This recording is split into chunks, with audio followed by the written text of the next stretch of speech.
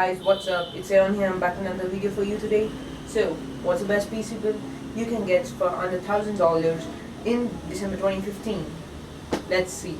To fulfill that is the Ariel.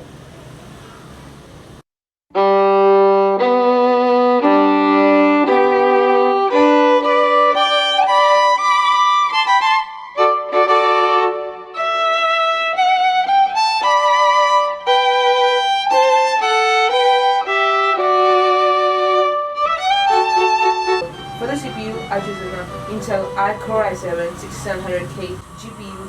I chose an AMD Radeon R9 390. The memory, we use G-Skills Ripjaws 16GB memory kit. For the motherboard, we use a Gigabyte GA78 LMT. That's a DDR4 motherboard and supports up to 64GB of memory if you want to upgrade that to that much in the future.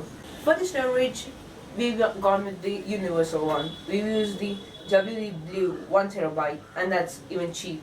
For the power supply, we went with Corsair CX750M. That's a multiple power supply. Containing all this is a Corsair Hybrid Series Spec 01, and it has many cable management options. So if you're a cable management lover, you got it.